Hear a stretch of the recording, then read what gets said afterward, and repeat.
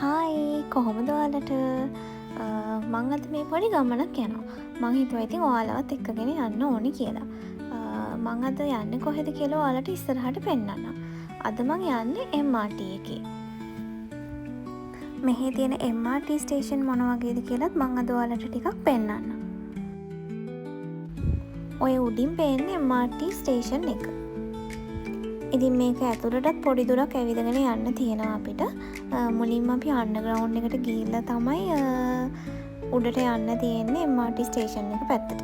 මේක නම් ටිකක් පරණ MRT ස්ටේෂන් එකක්. මේක මේ දවස්වල ඒගොල්ලෝ රෙනෝවේට් කරනවා. අපි මේ වගේ ටැප් කරලා තමයි මෙතනින් ඇතුළට යන්නේ.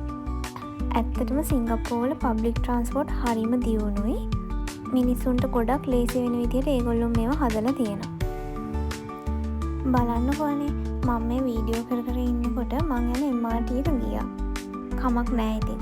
මෙහි සාමාන්‍යයෙන් විනාඩි 6න් 6ට වගේ MRT එනවා.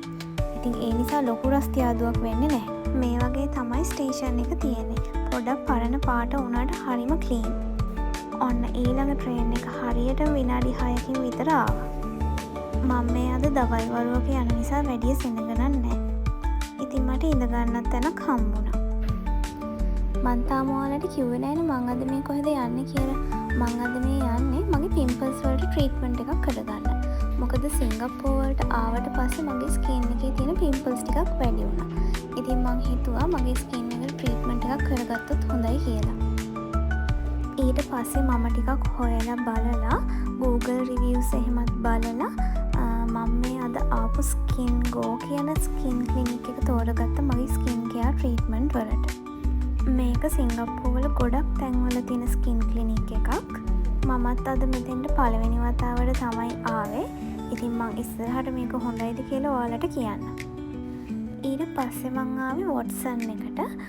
වොට්සන් එකෙන් මට ෆේස් ක්‍රීම් එකක් ගන්න අවශ්‍යතාවයක් තිබ්බා. ඉතින් මං එතන ෆේස් ක්‍රීම් එකක් ගත්තා.